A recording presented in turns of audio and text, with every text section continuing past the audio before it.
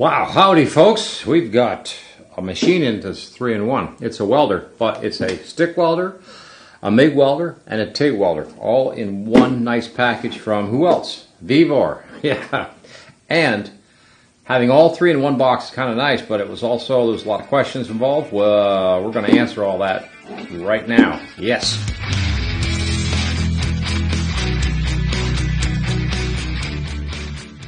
Yeah, so if you're into MIG, TIG, or stick welding, how about having all that in one machine? And this is called the MIG 270, but I don't want to confuse you. It also is a stick welder, it's a TIG welder, and it's an awesome machine, and it's awesome for a lot of different reasons. And first off, I guess, not only all three, but at a low price. So, boom, yeah, this is the one to have. Now, the very first thing I want to show you is I'm going to go to the back of this machine. For the MIG side, we have both the gas, so we can have gas and or flux core. You can run either one on the machine, so that's a big plus too. Besides having up to 270 amps, it's like, God, I don't know how this technology does it anymore. Also, on the input side, you can have the 220 volt plug, which I'm going to be using today for when we check this thing out. But it also comes with an adapter, so you can run a 110 volt, which I don't recommend, but yes, you can. You know, if you're in a pinch, sometimes it happens. You know, I understand. So let's take a look at this whole MIG feature situation here. First off, there you have the two catches here, and the door drops down so that this opens up, and I kind of like this. Some of them have them this way and they fall on you when you're trying to, load or whatever. So I do like this better. And it has enough room in here that you can have the, a 1 pound spool, 2 pound spool. You can have the 11 pound spool in here. It'll take the big spool or the small spool, and it has a really nice braking system to drag, because again, MIG wire will rat nest on you like no tomorrow, if it gets a chance. So that's a great, that's an exciting feature. But there's another thing.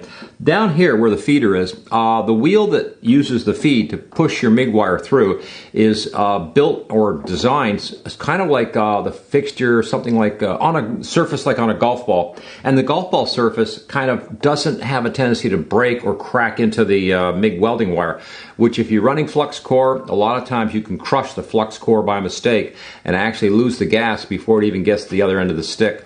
And that becomes a problem. And this machine kind of, well, it doesn't maybe eliminate it completely, but it will help to grab the wire without cracking or breaking or damaging the wire on its way to the job.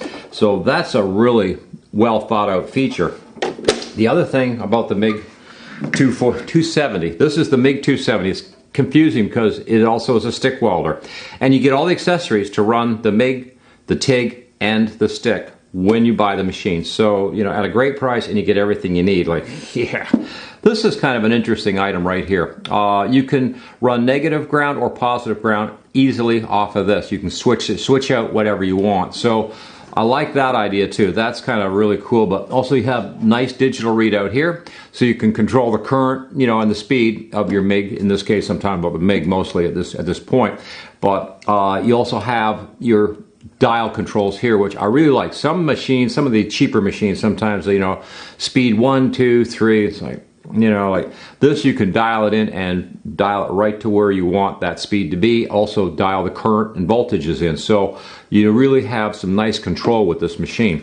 And again, it's a fairly small package, but it also weighs about 22 pounds. So it's a little heavy, but she's a nice looking machine, and she's from VEVOR. VEVOR they're worldwide. They have hundreds of warehouses, and they've started to push into the U.S. market. They were big overseas for many years, but they've really started to hit around here quite a bit. And their stuff is the idea is the tough tools for half the price. So, anytime they have something, I get excited about it. But when I saw this and they said, we're going to send one over to you, I was like, oh, yeah, the kid in the toy store. Oh, yeah, I'm here, So I'm going to set this up on the welding table, and we're going to set 220, set it up as a MIG welder first, and we'll run a bead and just take a look at it. I'm getting set up over at the bench right now, but I thought I'd show you all the accessories that come with this welder. And this is I guess we'll call this the TIG accessories here. And there's something else here that I'm not sure. We'll have to do some exploration of this, because I don't think we have as far as I know, we don't have the plasma cutter with this system. Boy, that would be 4-in-1 machine. Yeah, I'm not sure why they packaged it the way they did, but I guess we'll get, once we get into this, we'll find out. Now, in the box, with all the accessories, comes, of course, the manual, which is a good instruction manual that explains the MIG machine instructions. Also the air, gas line for the MIG machine, if that's what you want to do. There is one thing in here I'm going to recommend do not use. I use a proper welding helmet, a good one. They do have a set of goggles in here for, I guess, MIG welding or something, but I don't like that. I prefer to use a good, proper helmet.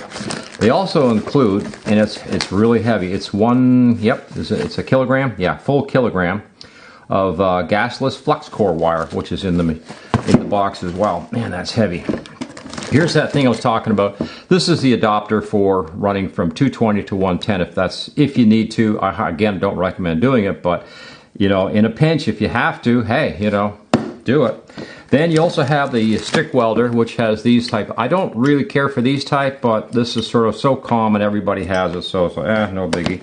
Their ground is actually, I didn't like it when I first saw it, but actually the ground is actually pretty good. You've got a nice piece of shunt copper right in between the two jaws here, plus copper on the jaws. So you actually do get a good ground connection even with this thing, even though it looks kind of, I'm not going to say sketchy, but it looks kind of cheap, but at the same time, it looks like it does the job. And then finally, at the very bottom of the box here, we have the MIG handle wire. And lengthwise, we'll have to get it out and find out. I think it's, I'm going to say it looks like about 8 feet of MIG. That's right. How big are you? Yeah. Well, we'll step back here a little bit. I'm going to say you've got a good 8 to 10 feet of wire there, or cable. And also everything's protected when it was shipped, so all this have to find some pliers and get this plastic off here. Got a couple tips for the MIG, which is good. I would imagine the two or three different sizes. I'm not even sure if there's anything in there right now. It doesn't look like it, but yeah. And yep, nice switch. Okay, I guess we're just about ready to rock and roll here. The MIG cable itself, I'm not sure why they put this together the way they did. I don't like it. It's not great. It's okay, but I really would have preferred to have one of these ones, the shielding, where you can just pull it off and slap it back on when you need to. This one here seems to be, you know, rigged. Oh, there it is. Or is it? Or it's screwed on backwards. I don't think so. Yeah, it is. Reverse thread. Okay. That would explain it. And it's spring-loaded. Oh, okay. Cool.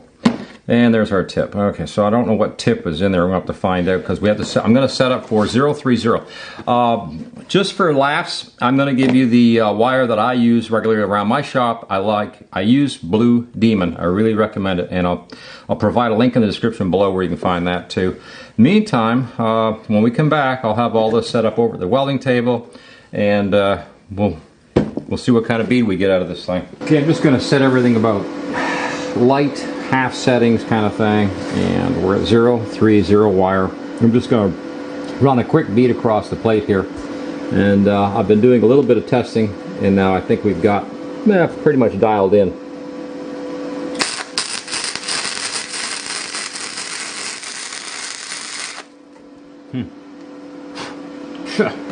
Wow.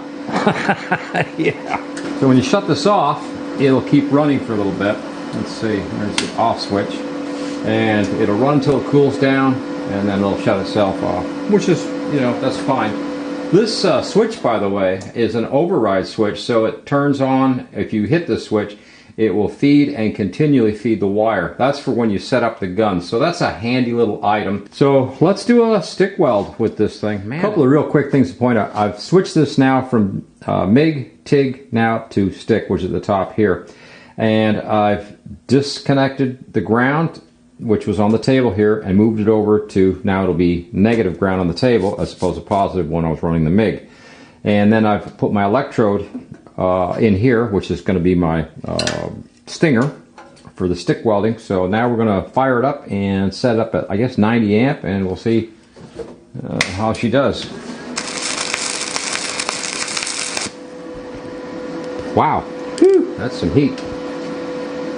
And Jesus, That is a big, wide, flat one. That's some tuning for me would be required, but she's got the job done. No doubt about that. Well, we're back over to the bench for a minute here. I don't have a gas bottle for the TIG, so I can't do the TIG. I thought I was going to have a bottle today, and I don't have it, so no TIGgy. But I can assume the TIG works just as well as the stick welder and the MIG. And really, the main reason I'd like a machine like this is because it's a MIG welder and it's up to 270 amp. It's like, yeah, that's going to be a good machine. You kind of know that. The cable for the MIG is better quality than any of the other ones I've ever had in here. Really odd, because those machines were like just MIG machines, and they were 4 times the size of this. So the size of it alone is awesome and great on the cart. Of course, it'll take less space, but also I can leave, if I want, I can leave the stingers and everything hooked up for the stick welder, and also I'm ready to go with the MIG at any time. So it's just an awesome machine for the price. It lists around, I think it's $269. I think we're going to have a sale price on it, so I'll provide a link in the description below where you can find this bad boy at VEVOR. And yeah, you know, there should be some pretty good sale prices on it from what I understand this month. So if you're thinking about something where you have 1 or 2 or even 3 machines laying around, like me, you can get down to just this, and it should have all the function and everything you need. This is really a pretty cool machine. I was pretty impressed with it, and I looked at the specifications. Everything looks good. This new technology is really, well, it really changes. It's a game changer, you know. So we're going to wrap that up. Hey, thank you for watching Coffee Tools. Please like, share, subscribe, ring the notice bell. We're giving something away. I think this Thursday, I think we have a prize we're giving out, and then we'll be starting a new prize for viewers to win on the show. So hey, stay tuned. Oh yeah, we got more VEVOR stuff coming in too. Oh yeah. Over and out.